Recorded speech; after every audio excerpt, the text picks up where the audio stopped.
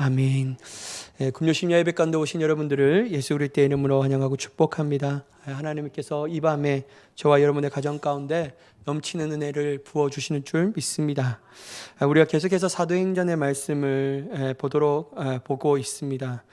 저는 요즘에 드는 생각이 뭐냐면 완전한 그 복음으로 살아가는 사람만이 하나님 앞에 온전히 설 수 있다라는 생각을 매번 하고 있습니다. 저에 있어서 요즘은 복음입니다. 완전한. 예전도 그랬지만요. 전 예전도 그렇고 지금도 그렇고 믿음이 좀 약해지면 그런 생각은 안 드는데 믿음이 좀 이렇게 강해지면 하나님께서 나에게 주신 이 복음을 어떻게 삶으로 살아내야 할지에 대해서, 이 복음을 어떻게 내 영혼과 내 믿음을 성숙하게 해야 될지에 대해서 그것을 꼭 나누고 싶다라는 생각을 많이 들었습니다.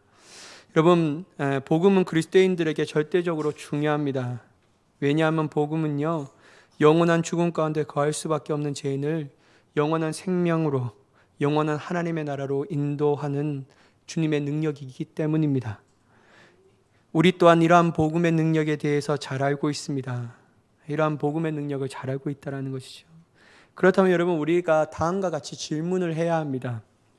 복음이 구원을 주시는 하나님의 능력이라면 그 복음을 어디에서 전하든지 들은 모든 사람들이 회심하고 주님을 믿고 따르는 놀라운 역사만이 일어나는가? 다른 여타의 역사는 안 일어나고 오직 복음이 선포되면 어떤 사람이든지 주님의 복음을 선포되는 그 사람 한 명도 예외 없이 다 주님께로 돌아오는 건가? 왜냐하면 하나님의 능력이라고 우리가 믿고 있기 때문에. 여러분, 그런데요, 복음은 구원을 주시는 하나님의 능력이지만요, 그러나 복음이 선포되어질 때 듣는 사람들 모두 다 믿고 순종하는 것은 아니었습니다. 그 중에서 이 복음을 박해하고 핍박하고 또한 복음을 전하는 사람들을 심지어 죽이려고 하는 일들이 일어났습니다. 그것이 초대교회부터 단 지금까지 우리가 보이지 않는 제3세대에서 일어나는 일들이죠. 여러분, 다시 말해서 항상 긍정적인 일만 일어나는 것이 아니라는 것이죠. 때론 눈물을 쏟을 정도로 아픔과 고난과 핍박을 받는 일도 항상 복음이 전하는 그 장소와 그 사람들에게 일어난다라는 것입니다. 물론 여러분, 성경에 나오는 주님의 제자들뿐만 아니라 믿음의 선배들 또한 복음을 전할 때 항상 좋은 일들만 일어나지는 않았습니다. 여러분, 자꾸 저에게 목사님은 존 웨슬리 목사님만 얘기합니까? 배운 게 이거여서요. 여러분, 죄송합니다. 제가 이게 존 웨슬리 목사님 그걸 전공해갖고요, 배운 게 이거여서 너무 죄송해요.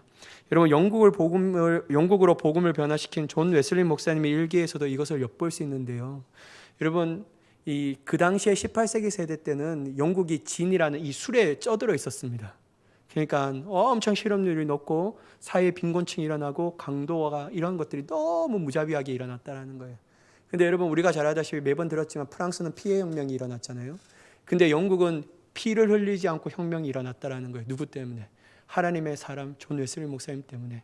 그가 영국을 전역으로 말을 타고 가면서 복음을 전할 때마다 수많은 사람들이 회심하고 돌이키고 주님께 결단하니까 전했던 곳곳마다 술집이 문이 닫고 다른 어떤 것들이 막 부정한 것들은 떠나가게 하고 오직 하나님 앞에 결단되는 일들이 많이 일어났죠. 근데 여러분, 존 웨슬리 목사님도 이 일기를 보면요, 일기가 있잖아요. 이거 한번 나중에 여러분들 한번 사서 읽어보시면 일기를 보면 다음과 같은 이야기가 있어요. 뭐냐면요, 제가 한번 들려드릴게요. 밤길을 달려 동이 막 트는 아침 7시에 브리스톨 외곽 지역에 도착했다.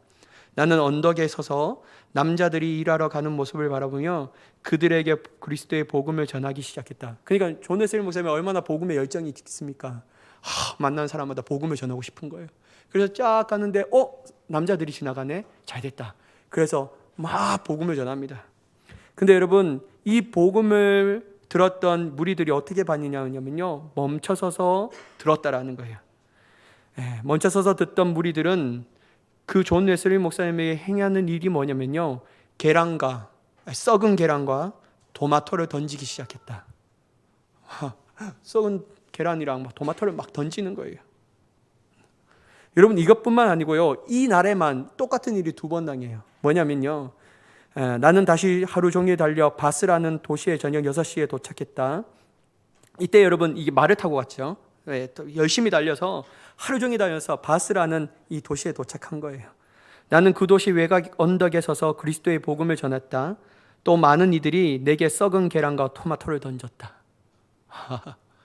저는 이런 거 몰랐어요. 근데 여러분, 존 웨슬리 목사님이 이것뿐만 아니고요, 이 야외에서 설교했잖아요. 왜냐하면 이 성공회에서, 영국 국교에서 강단을 안 내줬어요. 강단을 박탈해 버렸어요. 왜냐하면 평신도 막 이래 세우고 막 이러니까. 그 다음에 자기들이 싫은 것들을 얘기하니까 막 안 내줬어요. 그래서 존 웨슬리 목사님은 묘지에서도 설교하고 보이는 곳곳마다 다 설교한 거예요. 근데 여러분, 이러한 설교를 딱 할 때 어떻게 했냐면요, 영국 성경에 이 사람들이 보냈던 깡패들이 있어요. 그래서 머리를 잡고 내려오고 옷을 잡고 막 내려오고 엄청 고난을 많이 당했다고 얘기하더라고요. 그러니까 여러분, 우리 존 웨슬리 목사님 하면 영광 이렇게 생각하는데 그게 아니었어요. 존 웨슬리 목사님도 썩은 계란도 맞고 토마토도 맞고, 또 썩은 토마토 하루에 2번 맞고, 깡패에게 끌려가고 많은 사람에게 짓밟히고 고통도 당하고 이랬다라는 거예요. 근데 여러분, 가장 중요한 게 뭐냐면요, 존 웨슬리 목사님이 이 일기를 쓰면서 꼭 마지막 하는 말이 있어요. 뭐냐면요, 하지만 나는 구주를 위해 고통받을 수 있음을 특권으로 여겼다. 이 너무 좋은 말이더라고요. 또 여러분, 이 두 번째, 아까 바스에서 이게 일기를 썼을 때 그때 뭐라고 얘기하냐면요, 나는 구주를 위해 고난을 받을 수 있음을 특권을 여겼다. 그리고 어떤 현상이 일어나면요, 많은 이들이 회심하였다. 그러니까 여러분, 복음의 역사가, 제가 드리고 싶은 오늘의 말씀이 뭐냐면요, 복음이 들어가는 곳에는 하나님의 놀라운 역사도 있지만 마귀의 역사도 동시에 일어나거든요. 그러니까 여러분, 복음의 하나님의 능력이라고 고백하지만 어떤 사람은 믿지 않습니다. 믿지 않아. 그것도 너무 안타까운데요, 어떤 사람은 반감을 가지며 막 복음을 전하는 하나님을 저주하고, 복음의 아들을 보내신 예수 그리스도를 보내신 하나님을 저주하고, 일단 이 복음을 되게 막 조롱해 버리는 거예요. 그러니까 그런 일들이 동시에 막 일어나요. 근데 여러분, 우리는 복음을 전할 때마다 즐겁고 행복한 일들만 일어난다고 생각하잖아요. 그러니까 우리가 얼마나 요 한쪽 면만 보고 있는지에 대해서 우리가 지극히 깨달을 수 있다는 것이죠. 그런데 여러분, 제가 드리고 싶은 말씀, 복음을 전할 때 동시에 여러 가지 일들이 이러지만 그렇다고 해서 두려워할 필요가 있냐라는 거예요. 존 웨슬리 목사님이 깡패한테 맞고 썩은 토마토, 썩은 계란, 여러분, 저런 이게 교수였잖아요. 정말 유명한 대학교에, 옥스퍼드 대학교인가 하여튼 어디 교수였거든요. 정말 잘 나가신 분이에요. 근데 여러분, 그분이 막 썩은 토마토, 썩은 계란 막 맞을 때 얼마나 짜증이 났겠어요. 진짜 자아가 살아있으면 난 이거 안 할란다, 다시 학생들을 가르쳐 돌아가야지, 다시 뭐를 해야 하고 돌아가야지, 이렇게 했을 건데요, 존 웨슬리 목사님은 그러한 핍박이 오더라도 항상 여겼던 건 뭐냐면, 나는 그리스도를 위하여 고난을 받는 것도 특권으로 여겼다, 이렇게 고백하면서 두려워하지 않았다는 것이죠. 여러분, 우리 또한 두려워할 필요가 없습니다. 당연한 거예요. 그거 그리스도의 생명의 역사가 일어나면 핍박과 고난의 역사도 반드시 일어난다는 것이죠. 근데 왜 우리가 두려워할 필요가 없냐면요, 핍박과 박해, 어둠의 역사는 결코 구원하시는 하나님의 놀라운 능력인 복음을 절대로 이길 수 없기 때문입니다. 오직 복음만이 승리하는 거예요. 하나님의 전능하신 능력만이 승리한다라는 거죠. 악의 세력이 엄청 강할지라도요, 우리가 보기에는 악의 세력이 엄청 강할지라도요, 하나님의 보시기에는 한낱 먼지와 불과합니다. 그래서 여러분, 하나님 후 부르시면요, 다 날아가 버리는 거예요. 그래서 여러분, 우리가 그 현장에 있어서 악의 역사와 하나님의 선의 역사가 일어날 때 선의 역사는 보이지 않고 왜 저러지 두려워하고 떨고 무서워한다면요, 하나님의 위대한 역사에 대하여 참된 기쁨을 다 빼앗겨 버립니다. 그리고 복음을 전하는 것을 중단해 버리는 거예요. 그러니까 여러분, 우리의 마음이 이 동시에 이것이 일어날 수 있구나. 그렇지만 우리의 마음 생각의 태도는, 하나님의 역사는 반드시 어둠의 세력을 물리친다. 그들이 나를 조롱할지라도 복음은 절대로 이길 수 없다. 그걸 우리 마음에 품고 나가는 저와 여러분이 되기를 간절히 축복합니다. 여러분, 1절의 말씀을 보면요, 이에 이고니온의 두 사도가 함께 유대인의 회당에 들어가 말하니 유대와 헬라의 허다한 무리가 믿더라. 여러분, 사도 바울, 즉 바울과 바나바는 이고니온으로 갔습니다. 그들이 간 이고니온은 헬라인에 의하여 도시국가로 변형된 도시국가였는데요, 처음에는 이게 그 장소가 어디 있냐면요, 비옥한 고원지대에 형성된 도시였습니다. 이곳은 당시 루가오니아의 수도였으며 로마로부터 자유로운 도시였죠. 그러나 하드리안 황제에 의하여 식민지가 되었고 그 지금은 어디라고 얘기하냐면요, 이고니온은 터키의 중요한 상업도시로 코냐라고 불려지는 곳입니다. 여러분 상당한 정말 이게 풍성한 도시였죠. 여러분 이곳에도 역시 비시디아 안디옥처럼 유대인들이 많이 거주했습니다. 그리고 그 유대인들이 많이 거주하니까 해당이 있었다라는 거예요. 그들은 해당을 중심으로 하여서 신앙생활을 하고 있었다라는 거예요. 따라서 복음에 사로잡힌 바울과 바나바는 생명의 복음을 전하기 위하여 유대인 해당으로 들어갑니다. 그래야 그들을 만날 수 있거든요. 딱 들어갑니다. 근데 여러분 좀 전에 어떻게 됐어요? 그전에도 쫓겨왔잖아요. 온갖 박해를 받았잖아요. 근데 여러분 참 희한해요. 복음에 사로잡힌 사람들은 사람을 두려워하지 않아요. 사람을 안 두려워해요. 하나님의 온전한 역사만을 소망하는 거죠. 그러니까 들어가는 거예요. 유대인 해당이 쫙 들어갑니다. 그들은 그곳에서 전에서 하던 것 같이 하나님께서 약속하신 메시아가 예수님이라는 것을 딱 전합니다. 물론 여기 오늘 성경에 나타나지 않았지만 그 전에 전했던 메시지를 보면 대략 이 복음에 관해서 메시지를 전했던 거라고 추측됩니다. 또한 예수님께서 행하신 십자가 부활을 전합니다. 또한 그가 마지막 결론이 뭐냐면 오직 예수 그리스도를 믿는 믿음으로 구원을 받을 수 있다. 이걸 그 사람들에게 막 전하는 거예요. 너희가 살인자고 하나님께서 너희는 그 예수를 죽였지만 하나님께서 그를 부활시켜서 만왕의 아들로 삼으셨다. 막 이런 일들 막 전하는 거죠. 여러분 이렇게 복음에 대해서 설교를 딱 했을 때요, 오늘 1절 후반부에 어떻게 하냐면요, 유대와 헬라의 허다한 무리가 믿더라라고 말합니다. 그러니까 여러분 복음은 반드시 역사가 일어나요. 부드러운 복음, 이게 변화된 복음, 변질된 복음은 역사가 안 일어나는데요, 온전한 하나님의 것으로 만든 이 복음은요 반드시 역사가 일어나요. 그 사람의 마음 가운데 변화가 있다라는 거예요. 근데 나중에 보면 어떤 사람은 변화를 못 받는 사람이 있어요. 그게 성경이 뭐라면 순종하는 자, 순종하지 않는 자, 이 두 가지에 대해서 얘기하고 있더라고요. 여러분 하여튼 그들이 온 마음을 다해서 전한 복음에 대해서 하나님께서 아름다운 열매를 맺게 했다라는 것이죠. 그 열매는 바로 유대와 헬라의 무리가 허다하게 믿었다라는 거예요. 허다했다라는 것은 여러분 엄청 많이 믿었다라는 거죠. 자신의 생각과 추측에 떠나서 더 하나님의 위대한 역사를 경험하게 되었다라는 겁니다. 그들은 진실로 하나님께서 구원하신 능력인 복음을 전심으로 받아들였습니다. 그러니까 어두워졌던 영적인 눈이 열려서 오직 자신을 구속하신 예수님만을 믿기로 결단하며 오직 예수님만을 따르는 순종의 삶을 결심했다라는 것이죠. 이렇게 얘기까지만 보면요, 역시 복음이구나 라고 생각할 수 있습니다. 그래, 이거야. 복음은 놀라운 역사를 가지고 있지. 암만 복음이 들어가는 곳에는 하나님의 역사가 일어나기 때문에 기쁘고 행복하고 즐거운 거야. 이 복음 대단하네 라고 생각할 수 있습니다. 그런데 여러분 바로 뒷절에 2절에 보면요 동시에 우리 마음 가운데 부담감이 생기는 구절이 쫙 나옵니다. 2절의 말씀 제가 한번 읽어보도록 할게요. 그러나 순종하지 아니하는 유대인들이 이방인들의 마음을 선동하여 형제들에게 악감을 품게 하거늘. 똑같은 복음을 들었고요, 똑같은 바나바와 사울의 설교를 들었는데 어떤 사람들은 순종한 사람들이 있었는 반면 어떤 사람은 순종하지 않았다라는 거예요.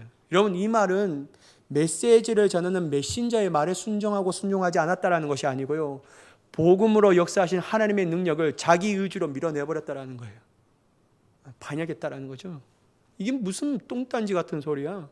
내가 배웠던 율법과 내가 알았던 하나님에 대해서는 전혀 다른 소리 하면서 밀어내는 거죠. 여러분 순종하지 않는 자들에게 어떤 일들이 일어나냐면요, 부정적인 영향을 막 일으키는 겁니다. 그게 뭐냐면요, 유대인들이 이방인들의 마음을 선동하여 형제들에게 악감을 품게 하였다. 허다한 무리들에게 악감을 품게 해버리는 거예요. 그리고 더 바나바와 사울에게는 더 악감을 품게 했다라는 것이죠. 여러분 저는 이 말씀을 읽으면서 좀 신기했던 게 뭐냐면요, 유대인들이 먼저였다라는 것이죠. 그럼 뭐 이유가 있겠죠. 왜냐하면 이들이 하나님의 말씀에 대해서 알았기 때문에요. 모세 5경부터 선지자에 대한 말씀을 알았기 때문에 그들이 이거를 거부할 수 있는 의지가 충분하게 그에게 있었을 거라고 생각합니다. 근데요 여러분 저는 이 말씀을 듣고 오늘날 우리에게 살아가고 있을 때 정말 조심해야 되겠구나라는 것을 한번 느꼈습니다. 그게 뭐냐면 그들은 자기 자신만이 그 복음을 받아들이지 않고 순종하지 않는 것에 그치지 않고 이방인들의 마음을 선동하는 겁니다. 그리고 형제들에게 악감을 품게 한다는 거죠. 다시 말해서 바울과 바나바 또한 허다한 회심하는 무리들에게 악감을 품게 만들었습니다. 저는 이 성경을 보면서 안타까운 진리를 발견했는데 뭐냐면 이방인들이 먼저 그들이 나서서 바나바와 바울, 회심한 허다한 무리에게 악감, 집단적인 공격의 형태를 움직이게 나타난 것이 아니라 성경을 아는 유대인들이 그렇게 했다라는 거예요.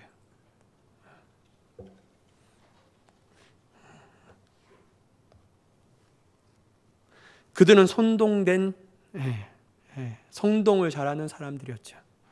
이게 뭐냐면요, 성경을 좀 안다고 해서, 기도를 좀 많이 한다고 해서, 누구보다도 하나님 앞에 헌신하고 충성을 많이 한다고 해서 하나님의 선한 영역을 일으키는 사람으로 반드시 세워지는 것은 아니라는 거예요.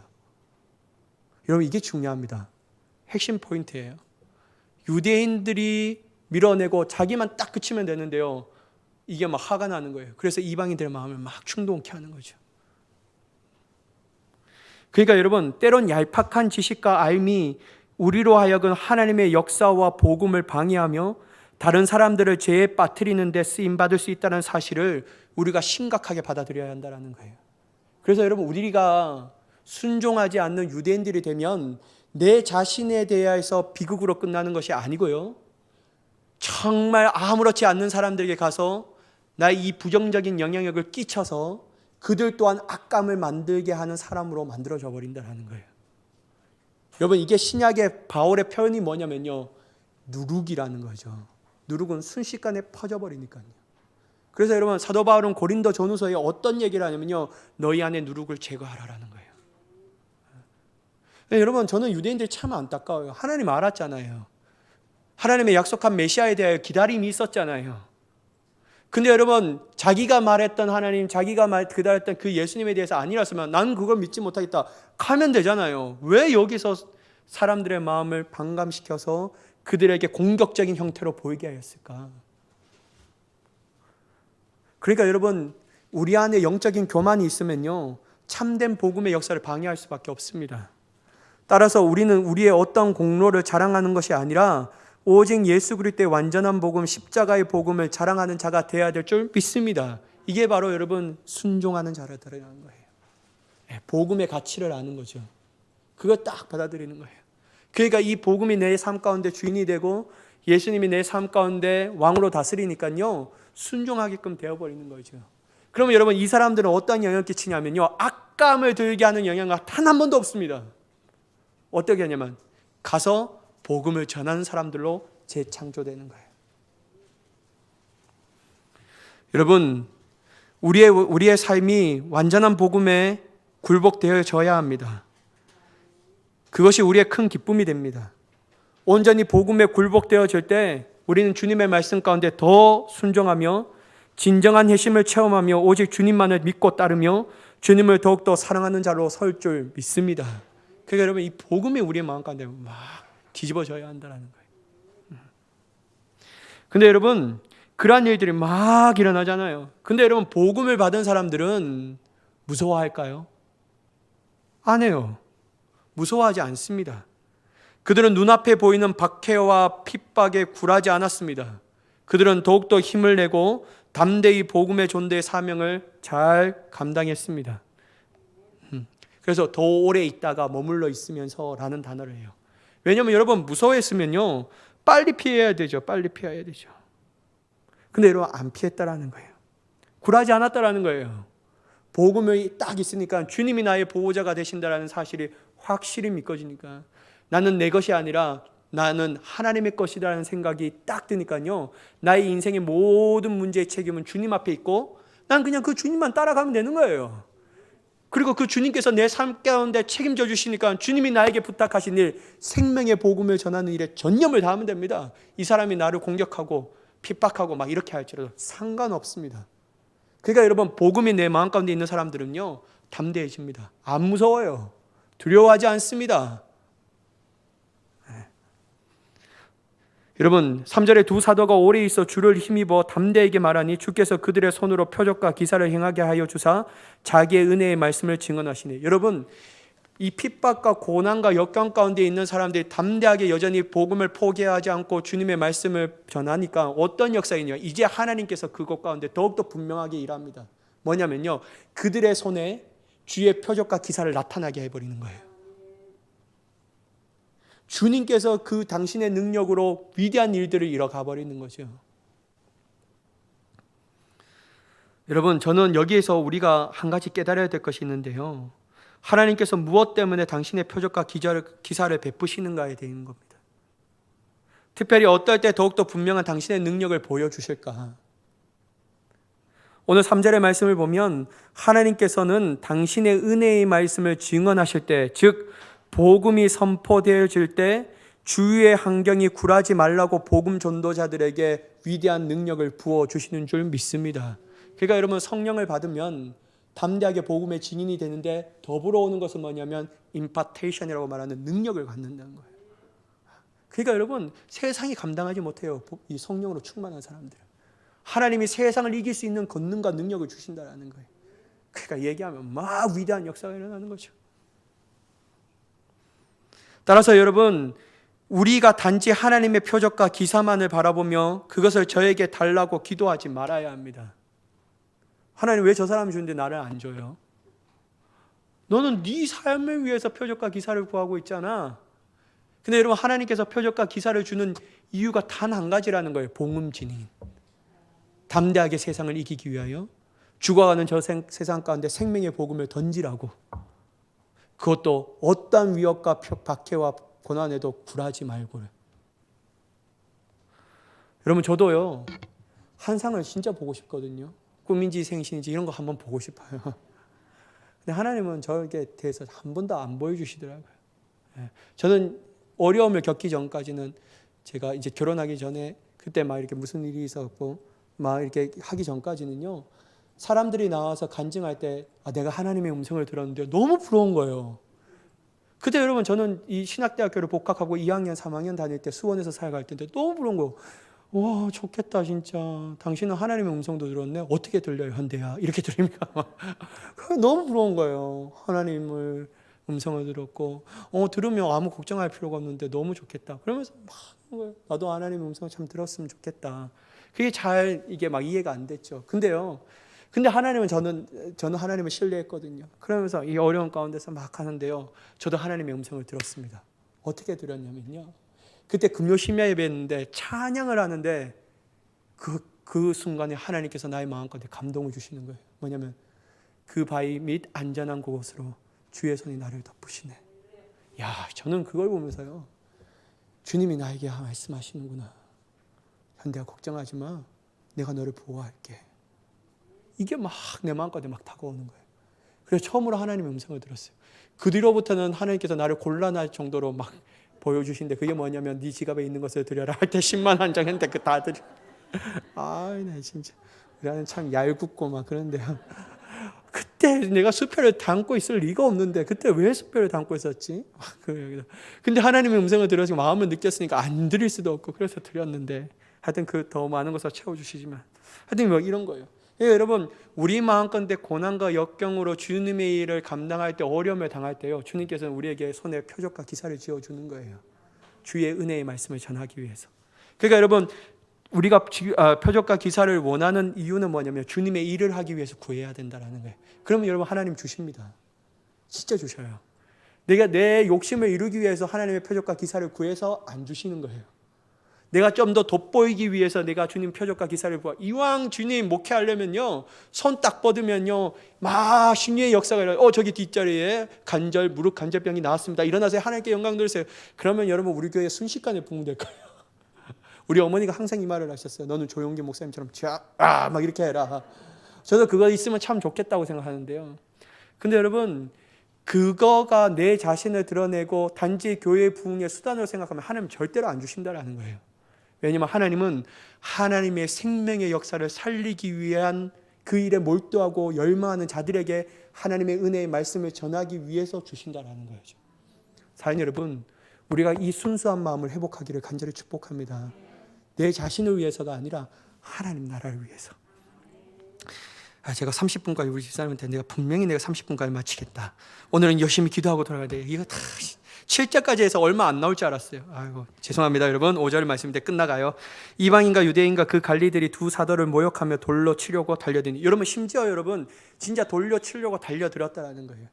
악한 마음이 막 극에 달한 거죠. 근데 여러분 신기한 게 이방인과 유대인들을 딱 봤을 때 이걸로도 안 돼. 관리들을 데리고 오는 거예요. 건세자들을. 그럼 완전히 이제 끝난 거잖아요. 그러니까 막 두 사도를 모욕하고 돌로 치려고 막 달려들었습니다. 그들은 지도자들까지 관여하여 조직적이고 강력하게 대응하는 공격적인 박해를 시작해버리는 거예요. 근데 여러분 문제가 뭐냐면요. 그들이 행했던 태도가 저는 참 이해가 안 됐어요. 제 같으면요 막 달려들잖아요. 잠깐만, 뭘 원하느냐 얘기하라고, 타협하자고, 협상하자고. 그러면서 너 여기 떠나라. 그래 내가 떠날게. 그러면서 내가 하트도 안 벌면서 내 생명 부지하기 위해서 떠났을 것 같아요.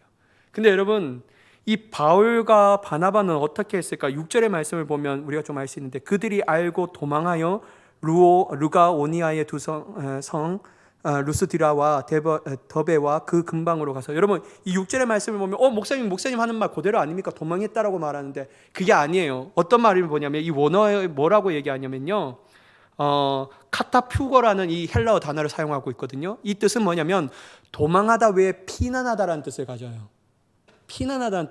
이게 뭐냐면 바나바와 바울은 단순히 폭력을 두려워해서 도망친 것이 아니라 박해자들과 무리한 충동을 피하기 위해서 다른 곳으로 옮겼다라는 거예요. 이걸 제가 이거 하면서 주석을 읽으면서 좀 이해가 안 돼. 어떤 것이 적당할까? 독립투사들이구나. 독립투사들이, 여러분 일본 순사들이 무서워서 피했습니까? 자기에게 남은 사명이 있다라는 거예요.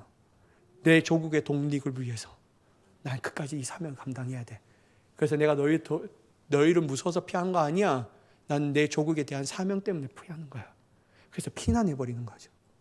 사랑하는 여러분, 그들의 사명이 대적자들과 맞서 복음을 전하다가 순교하는 것일 수도 있습니다. 하지만 하나님의 사명은 그들로 하여금 복음을 전하고 싶어 했다라는 거예요. 그래서 그들은 충동을 피하여 다른 곳으로 갔습니다. 이러한 맥락으로 해석해야 한다는 것을 보여주는 구절이 바로 7절의 말씀인데요.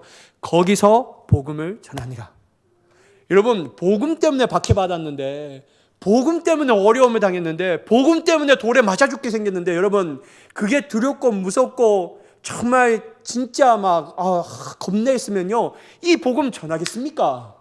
안 전하죠. 다시는 보고 싶지 않죠. 내 생명을 위협했던 복음이었는데 여러분 이거 안 보고 싶습니다. 근데 여러분 7절에 보면요, 그들이 피난할 수밖에 없는, 그들의 사명 때문에 돌아갈 수밖에 없는 이유가 뭐냐면요, 그들은 여전히 하나님의 사명을 감당하기 위한 마음이 있었다라는 거예요. 죽는 것도 괜찮은데 그것보다도 하나님은 이 시간에 나에게 죽는 것이라고 말하는 것이 아니라, 순교하라고 말하는 것이 아니라, 나가서 너는 더욱더 복음의 사명을 감당해야 된다. 그 사명이 그에게 있으니까 쫙 돌아가는 겁니다. 사랑하는 여러분, 여러분들의 사명은 무엇입니까? 그리고 이 사명을 감당하기 위해서는 우리에게 지혜가 있어야 한다는 거예요. 그리스도인들에게서 하나님의 뜻이 분명하다고 생각한다면 때론 무모함이 있어야 한다고 생각합니다. 물론 예의를 지키면서 무모함이 있어야 되죠. 진짜 복음 때문에 죽어야 할 때는 죽어야 합니다. 여러분도 저도 아니고요. 그거 아니에요.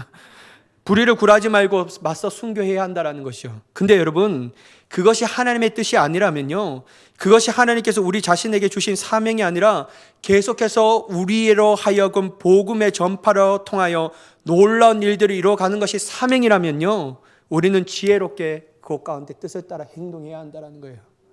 죽는 것이 모든 사람에게 순교당해서 저 사람들 대단해, 이것 또한 하나님께 영광이지만 그게 하나님의 뜻이 아니라면요, 때로는 피난해야 한다는 거예요. 남에게 보여주는 것이 순교가 멋질지라도 우리는 눈에 보이는 것보다도 하나님의 뜻에 따르는 것이 훨씬 멋지고 아름답습니다. 그러니까 여러분 제가 이 말씀을 드리고 싶으면, 여러분 세상 사람이 우리를 바보라고 하는데요, 그게 하나님의 뜻이라면요, 세상 사람들은 추잡하고 더럽고 정말 타락하기가 그지없지만 하나님의 눈에는 우리가 너무 아름답게 보이는 거예요. 세상 사람들이 우리를 다 무시해도요, 하나님만은 우리를 나의 기쁨이라고 얘기하는 것이죠. 그러면 여러분, 우리는 사명에 따라 움직일 수 있는 지혜로운 자가 되어야 될 줄 믿습니다.